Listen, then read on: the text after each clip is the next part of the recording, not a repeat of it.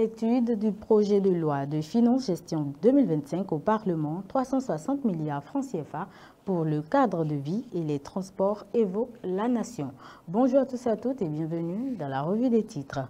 Le journal aborde la récurrence des bavures policières, des sanctions sévères annoncées contre les agents indélicats à la page 7. Gestion des médias en période électorale, la République centrafricaine à l'école de la HAC. Fonds d'appui au développement des communes, 58,231 milliards de francs CFA à transférer aux collectivités locales. Retour contre la retraite anticipée, la Cour donne raison au pouvoir, titre l'informateur. Dans la rubrique Journal École du même quotidien, basculement à 10 chiffres pour les numéros de téléphone, ce qu'il faut en savoir. Bavure policière récurrente, Alassane Seydou tape du poing sur la table à la page 8. Gestion au sommet de l'État, le décret de ministre consigné, contesté devant la CADHP. À la une de l'événement précis, suite à une série de bavures policières, de fortes sanctions contre des policiers, le gouvernement met en garde les flics récalcitrants.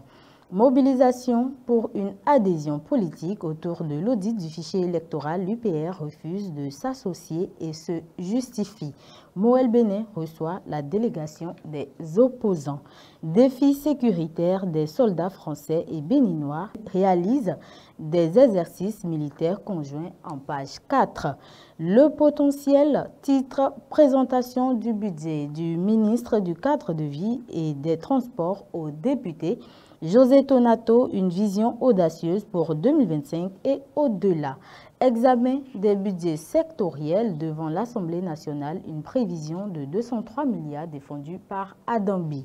Chantage et intimidation au nom des médias au Bénin, le journal Le Potentiel cible d'usurpation d'identité.